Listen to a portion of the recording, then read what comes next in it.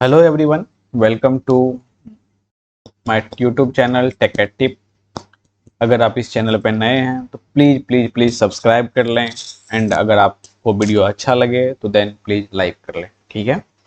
और अगर आपको कोई भी किसी टाइप का डाउट होता है तो देन प्लीज़ मैसेज कर लें। आप इसके कमेंट बॉक्स में अपना मैसेज डाल सकते हैं। और अगर आपको कोई ऐसे मटेरियल्स चाहिए जो कि जावा रिलेटेड हो, कुछ एमसीक्यू चाहिए, देन आप हमारे टेलीग्राम चैनल को ज्वाइन कर सकते हैं। हमारा टेलीग्राम चैनल का लिंक है t.me/टेक-टिप और ये लिंक आपको डिस्क्रिप्शन में भी मिल जाएगा, ठीक है। तो प्रीवियस लेक्चर में हमने देखा, क्या देखा, थोड़ा सा आई थिंक मैंने देखा कैसे डिक्लेरेशन करते हैं, थोड़ा सा ओवरव्यू दिया। अब मैं क्या कर रहा हूँ इस लेक्चर में मैं देख रहा हूँ कि यही डिक्लेरेशन जो है 2D के लिए कैसे होगा। 2D के लिए देख लेंगे डिक्लेरेशन, देन हम लोग क्या करेंगे, कुछ एक प्यारा सा एमसीक्यू सॉल्व करेंगे, देन हम लोग 3D का डिक्लेरेशन देखेंगे और इस डिक्लेरेशन को कंप्लीट करेंगे, ठीक है ना। अब मैं बात कर रहा हूँ 2D का डिक्लेरेशन। अब थोड़ा सा हम लोग फास्ट होंगे क्योंकि इससे पहला वाला लेक्चर जो था वो थोड़ा सा इजी था, लेकिन फिर भी मैंने उस पर टाइम दिया इसलिए क्योंकि आपका वो बेस अच्छा बने, ठीक है ना। 2D declaration, 2D array declaration, ठीक है। 2D एरे डिक्लेरेशन, 2D का एरे है और मुझे डिक्लेयर करना है। मैंने इसे जस्ट पहले बताया था 1D का डिक्लेरेशन कैसे होता। 1D का डिक्लेरेशन 3 टाइप से हमने करा था। क्या करा था? इंट एरे कोई variable, int array variable, int variable array, ठीक है। अब 2D में क्या करना है? अब 2D के पास देखो कितने कॉम्बिनेशन बन जाएंगे। 2D का मतलब होता है लाइक ऐसा, int array array x, like this. अब इसके बहुत सारे कॉम्बिनेशन बन जाएंगे। पूछो कैसे? तो देखो, अब इसके कितने कॉम्बिनेशन मैं बना सकता हूं, तो देखो, इंट ये दोनों को यहां रख दो एक्स के पास, ये भी कॉम्बिनेशन बन सकते हैं। इंट एक को यहां रखो और देन ये रख दो इसके बाद, ये भी कॉम्बिनेशन बन सकते हैं। इंट एक्स के बाद ये दोनों एरे को यहां रख दो, ये भी कॉम्बिनेशन बन सकते हैं। और कोई कॉम्बिनेशन छूट रहा है क्या? हाँ, एक और छूट रहा है। इंट एक को इंट के पास रखो और एक को एक्स के पास रखो, ये है। अच्छा, एक और छूट रहा, कौन सा? इंट एक्स के साथ ये रख दो। अब छूट रहा है क्या कुछ भी? ऐसा कुछ नहीं, आई थिंक अब नहीं छूट रहा ना। नहीं, अब नहीं छूट रहा। सारा हो गया। एक दो तीन तीन छ, एक दो तीन चार पाँच छ। चलो, अब मैं पूछ रहा हूँ भाई इसमें वैलिड कौन सा है। फिर वही सेम क्वेश्चन। चलो इसको डालते हैं अपने कंपाइलर पे, वही हमें बताएगा वैलिड कौन सा है। मुझे पता है भाई वैलिड कौन सा है, लेकिन मैं ये ज्यादा आपको अप्रोप्रिएट देगा, आपको पता चलेगा कि आप कर क्या रहे हो। ये दोनों देखो, ये सही है ना, इंट। उसके बाद मैंने क्या करा, कोई नया वेरिएबल लिया और देन एक एरे और एक एरे। देखो इसमें भी कोई रेट नहीं आया ना, ये ठीक है। नाउ अगेन इंट, मैंने क्या किया, एक यहाँ पे बनाया और देन एक यहाँ पे बनाया और कोई जेड लिख दिया, ये भी ठीक है। हाँ, ये भी बिल्कुल ठीक है। अच्छा, इंट, अब मैंने क्या करा, एक यहाँ पे बनाया और एक क्या करा, कुछ के वेरिएबल के बाद एक बनाया। हाँ, ये भी ठीक है। अच्छा, 4 हो गया। और एक क्या था? और एक था int array array b, like कुछ भी वेरिएबल, ये भी सही है ना। देखो, अच्छा और कुछ नया था क्या? और कुछ बचा हुआ था, देखते हैं। ये हो गया, ये हो गया, इसके बाद हो गया, और कौन सा बचा हुआ है? ये हमने करा, ये करा। चलो यहां से उठा के ही डाल देते ना।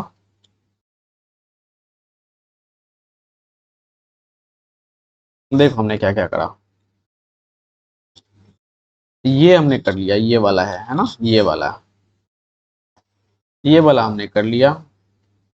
अच्छा, y array array, y array array, ये वाला हमने कर लिया। ये स्प्लिट करके एक दूसरे का ये कर लिया। अच्छा, ये जस्ट ये वाला कर लिया, और ये कौन सा कर लिया हमने, ये कर लिया, एक बचा हुआ है।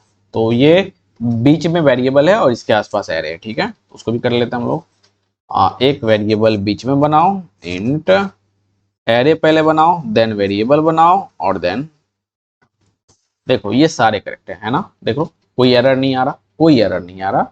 ये नीचे में भाई एरर नहीं है, मैंने इसका करा ही नहीं है अभी तक, ठीक है। अगर एरर आता तो इसी में कहीं ना कहीं रेड दिखता, ठीक है, तो एरर नहीं आ रहा।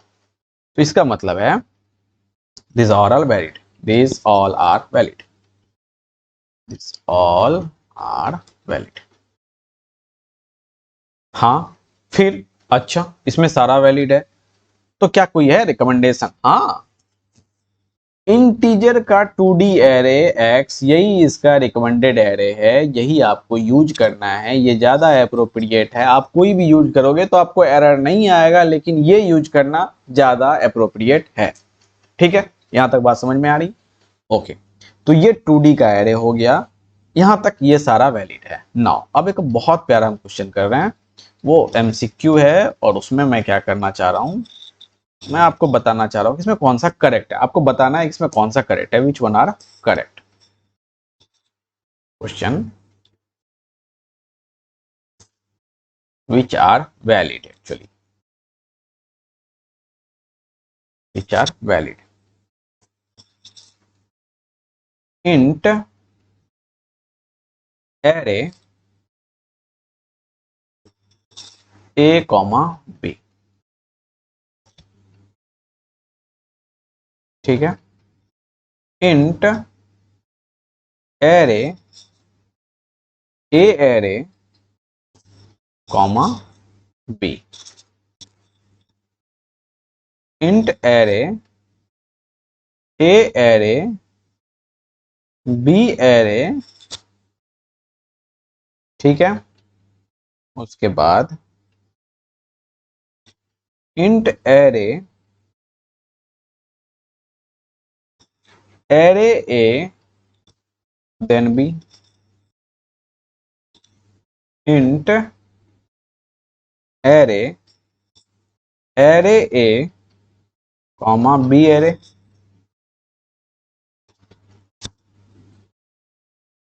ठीक है।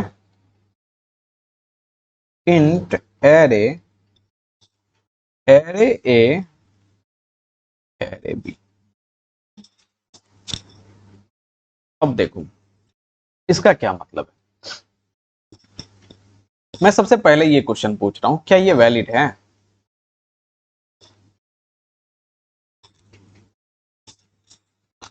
हाँ, एक्चुअली ये वैलिड है। पूछो क्यों? तो एक्चुअली ये वैलिड इसलिए है ना कि मैंने क्या करा, मैं इसको जरा बोलो, इंट एरे का इंटीजर है, एंड इंटीजर का एरे है वेरिएबल ए बी के लिए, एरे का इंटीजर है वेरिएबल ए बी के लिए। दैट मीन्स इसका सिंपल मतलब है कि ये इंट एरे है ए का, और वही इंट एरे है बी का भी, मतलब दोनों दोनों का एरे है, दो वेरिएबल हैं उसके ये एरे। बात समझ में आ रही है? अच्छा, आई थिंक ये आपको बातें समझ में नहीं आई होगी, ठीक है। तो देखो मैं क्या करता हूं, मैं इसको अब किस तरह से बता सकता हूं। तो अच्छा, इसको समझते हैं, इसको आगे हम लोग करेंगे, ठीक है। तो ये एक वेरिएबल ए है, एक वेरिएबल बी है, तो क्या ये एक वेरिएबल ए जो है ये एरे है? हाँ, ये भी एरे है। क्या ये बी एरे है? हाँ, बिल्कुल एरे है। अब देखो int array a array, int array a array then b. अब ये जरा सा समझो यहां से, ये जो एरे है, अच्छा ये जरा बता ना, ये एरे कितने डी का एरे है, मतलब 1 डायमेंशनल 2 डायमेंशनल? जरा सा ए के साथ देखो, ए के साथ कितना एरे पड़ा हुआ है, एक एरे, और बी के साथ कितना एरे पड़ा हुआ है, एक एरे, दोनों आपस में शेयर कर लेगा। दैट मीन्स ए भी 1D एरे है और बी भी 1D एरे है, ठीक है। अच्छा, ए के साथ देखो कितना पड़ा हुआ है, ए के साथ, तो यहाँ पे एरे ए जो होगा ये 2D का एरे हो जाएगा, दो पड़ा हुआ है ना, देखो इसके ए के साथ पड़ा हुआ है और पीछे पड़ा हुआ है, तो दोनों मिलके ए, क्योंकि मैंने बताया था दोनों वैलिड है ना। हाँ, और बी के साथ कितने पड़े हुए हैं, बी के साथ सिर्फ एक वेरिएबल पड़े हैं, इसका मतलब बी कितना हो जाएगा 1D। अच्छा इसका बताना जरा, ए के साथ, ए के साथ भी 2D और बी के साथ भी 2D, तो दैट मीन्स इसका क्या हो जाएगा, ए का भी 2D, बी का भी 2D। अच्छा ये ए के साथ 2D और बी के साथ क्या है 1D, तो ए के साथ 2D, बी के साथ 1D। ए के साथ 2D, नहीं नहीं नहीं नहीं, ए के साथ 2D और बी इसको भी क्या कर लेगा, आपस में शेयर कर लेगा। ये सिर्फ ए के साथ नहीं है, ए के, ए के यहां पे रहता ना, जैसे ये देखो ये, तो ये सिर्फ ए शेयर करता है, इसको दोनों शेयर करेगा। क्योंकि अब ये क्यों शेयर करेगा मैं बताता हूं अभी थोड़ी देर में। ये भी 2D हो जाएगा, ठीक है ना, ये देखो ये ए भी, ए कितना हो जाएगा, ए कितना हो जाएगा, ए हो जाएगा 2D, ए हो जाएगा 2D, और बी देखो, बी के पास खुद का एरे है और दो एरे को ये शेयर कर रहा है, दैट मीन्स बी हो जाएगा 3D। अच्छा और ये क्या है, ये एक्चुअली ये इनवैलिड स्टेटमेंट है, और क्यों इनवैलिड है, क्यों ये होता, सारा कुछ मैं बता रहा हूं। अब देखो पहला नोट क्या बनता है, इस कंक्लूजन में क्या नोट बनता पहला, देखो पहली बात, ए बी तो शेयर कर रहा है एक एरे को, दूसरा बात प्रॉब्लम क्या है, यहां देखो कंपाइलर, कंपाइलर एक्चुअली ये जेबीएम, जेबीएम को समझते हैं हम लोग, कंपाइलर छोड़ो JVM, JVM treat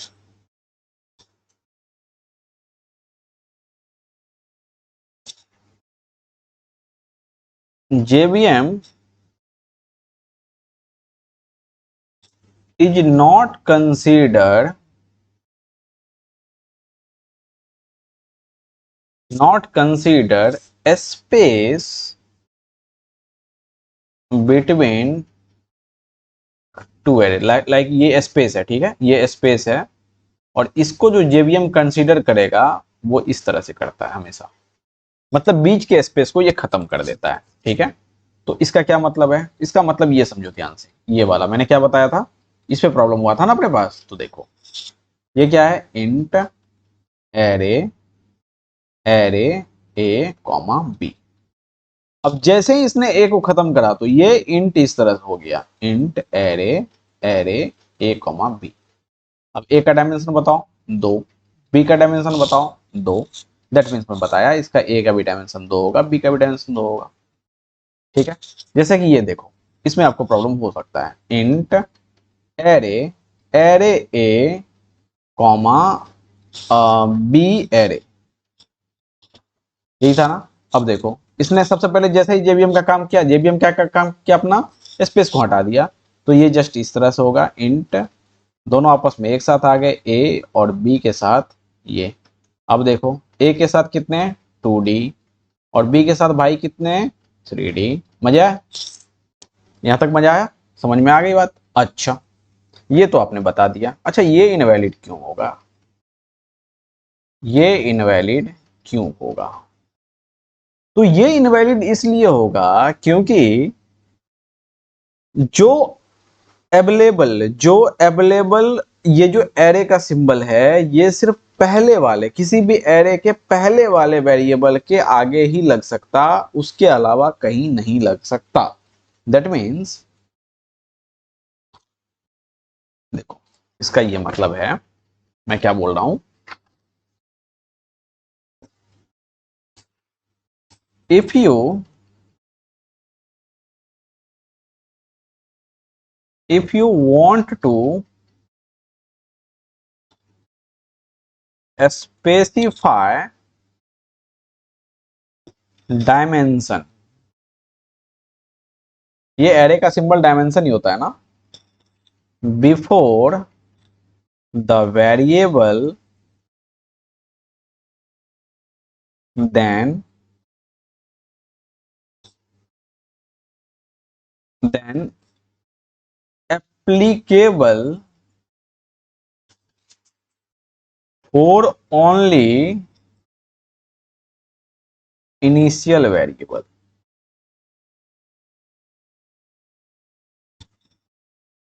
that means अगर आपने डिसाइड करा तो पहले वाले वेरिएबल के लिए तो ये क्या है, एप्लीकेबल है, अदरवाइज ये क्या दे देगा आपको, कंपाइल टाइम एरर देगा।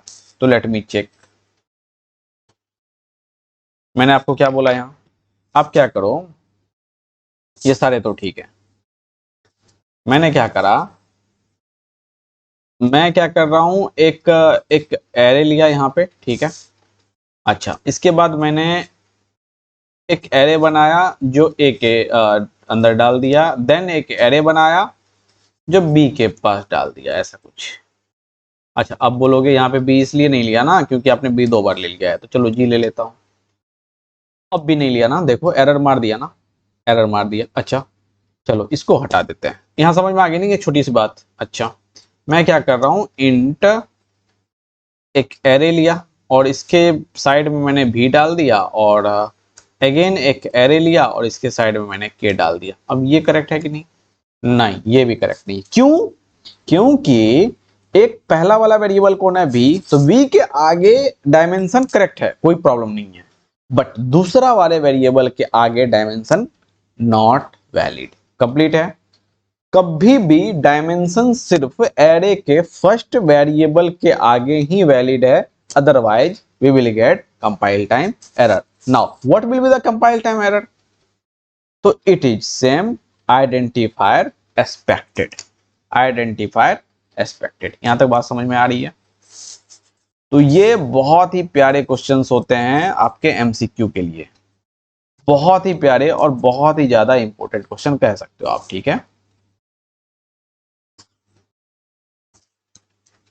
तो ये आपके बन गए, क्यों ये क्यों ऐसा हो गया, तो मैंने बताया कि आप सिर्फ वैलिड है फर्स्ट वेरिएबल के इनिशियल में आप डायमेंशन लगा सकते हो, ठीक है। तो ये इनवैलिड है, ये वैलिड है, ये वैलिड है। अच्छा, इसका एरर क्या आया था, एरर आया था आइडेंटिफायर एक्सपेक्टेड। मैं एक बात और कहना चाह रहा हूं, एरर पे बिल्कुल ध्यान देने का है, बहुत अच्छे से एरर पे ध्यान देने का है।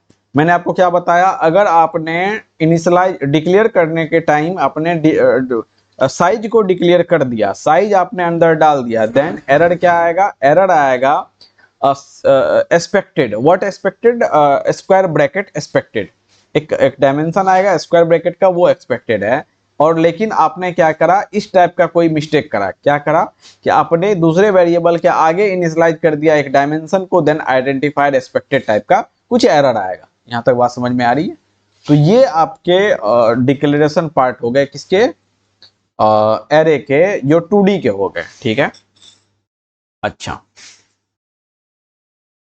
अब एक बार मैं देख लेता हूं कि 3D का अपना मैं कर सकता हूं कि नहीं इस, हाँ अभी 18 मिनट के ही बने हैं, तो मैं 3D का भी आराम से कर सकता हूं। तो जस्ट मैं 3D को बस एक सिंपल ओवरव्यू दे देता हूं कि उसमें कुछ करना है नहीं।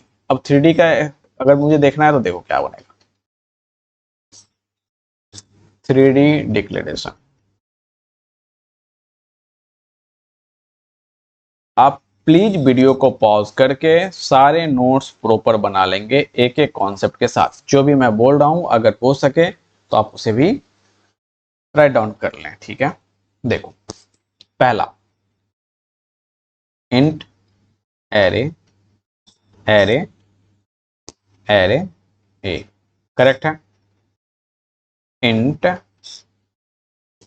एरे, एरे, एरे ए, कितने कॉम्बिनेशन बनेंगे आई डोंट नो, लेकिन बहुत सारे कॉम्बिनेशन बनेंगे। ये 3 हो गए। अच्छा, चौथा मैं क्या कर सकता हूं, इंट के साथ 1 रख लो और ए के साथ 2 को भेज दो। अच्छा, इसमें क्या कर सकता हूं, एक इसको रखो और 2 के साथ इसके बाद का भेज दो, मतलब ए वेरिएबल के बाद का भेज दो। फिर क्या करो, इंट रखो, एक के साथ रखो, अब दोनों को आपस में डिस्ट्रीब्यूट कर दो, ऐसा करके कुछ, ठीक है। ये तो हो गया इंट। अब क्या करो, 2 को एक साथ यहां पे रखो और इसके साथ ए को रख दो। अच्छा, ये इंट 2 को एक के साथ रखो और ए के बाद इसको डाल दो, ये भी ठीक है। इंट दो को एक के साथ रखो और देन यहां डाल दो और देन इंट, ऐसा कर सकते हो आप। और कुछ बचता है क्या? नहीं यार, काफी है। तो अगर मैं पूछूं क्या वैलिड है, तो हाँ भाई सारा वैलिड है, ठीक है, all are valid, all are valid. But recommended कौन होगा? तो इंटीजर का 3D डायमेंशन एरे एक्स, ये अपना जावा का रिकमेंडेशन है। यही एरे आप 3D डायमेंशन 3D एरे के लिए आप ये यूज करोगे। और मुझे नहीं लगता 3D एरे कुछ ज्यादा यूज होगा, बट हाँ ये यूज करोगे आप। बाद बाकी कोई भी यूज कर सकते हो, सारे में कोई प्रॉब्लम नहीं है। अच्छा, इसका एक छोटा सा एप्लीकेशन देखते हैं, पूछो क्या। तो देखो इसका क्या एप्लीकेशन हो सकता है। जरा सपोज करो अपने पास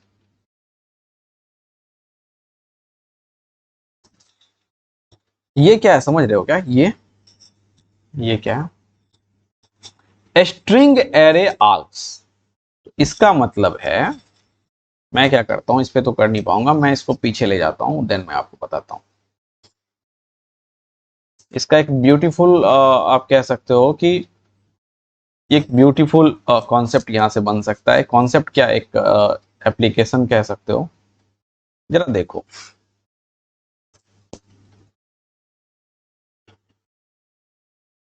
ये अपने पास क्या लिखा हुआ है, ये स्ट्रिंग का।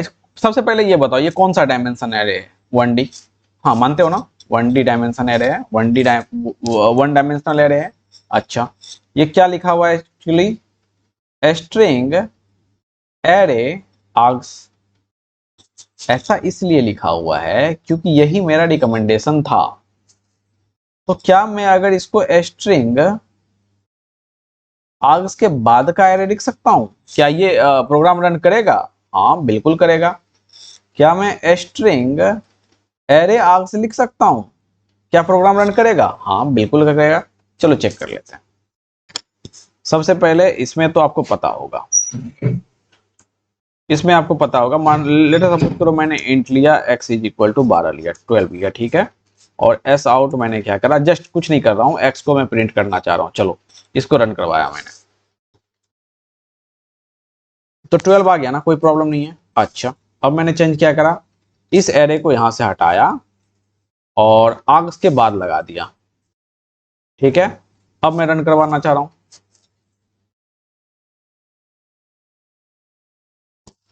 अब मैं रन करवाना एक्चुअली चाह रहा हूं। x इज इक्वल टू 12 आ गया, चलो ये भी बढ़िया है। अच्छा, क्या एक वार्निंग आया था ना, कुछ वार्निंग क्या है देखो जरा सा। C style array declaration of parameter args too. अच्छा, अच्छा इससे पहले वाले में क्या था? इससे पहले वाले में कोई वार्निंग आया था क्या? Let me check.